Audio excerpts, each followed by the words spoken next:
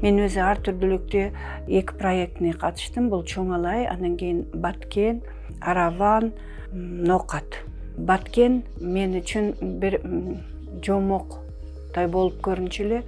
Ошо ар түрдүк проектинин аркасында биз Баткен менен толук таанышып, Баткен өрөнү менен, Баткенде килем токуучулар менен олордун килем токуп аткан сүрөттөрүн тарттык.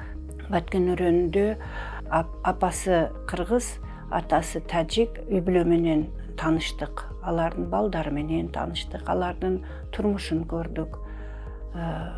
Бул да өтө кызык болду. Мен Кыргызстандын табигаты менен сыймыктанамын. Жана адамдары ошо табигаты кандай сулуу болсо, ошол табигатта жашаган адамдар деле ошондой сулуу деп эсептеймин. Жана өзүмдүн сүрөтүмдө ошолордун жан дүйнөсүн чагылдырганга аракет кылам. Биринчи жолу барганда мен мына жумус ушул бул жумус мына себет көтөрүп турган келин Тулпар көл жээгинде турат. Тулпар көл бул Памир тоонун алдында ошондой сонун көл бар экен, өтө бийикте, 3000 километр бийиктиктеги көлдөрдүн бири. Бул ошол тоолор, анан кийин тоолордун Тулпар көлдүн жээгинде ушундай кыргыздын келини колунда көкөрү бар, себет көтөрүп турат. Көкөр биз билебиз, бул суусундук куюлатын ыдыш, кыргыздын молчулукту билдирет да негизи. Анан экинчи жолу барган кезде биз пленердик жумуста ошо Памирден көчүп келген кыргыздардын айылына барып, ошолордун портреттерин тарттык.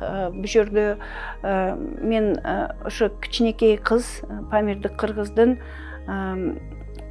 улуттук кийимин кийип турган учурун тартканмын. Бизге кызыктуусу, булар өздөрүнүн каада салтын унутпай, Кыргызстандан бөлөк башка жакта жашаса деле кыргыз тилин унутпай, каада салтын унутпай сактап келгени бизге үлгү катары карасак болот деп ойлоймун.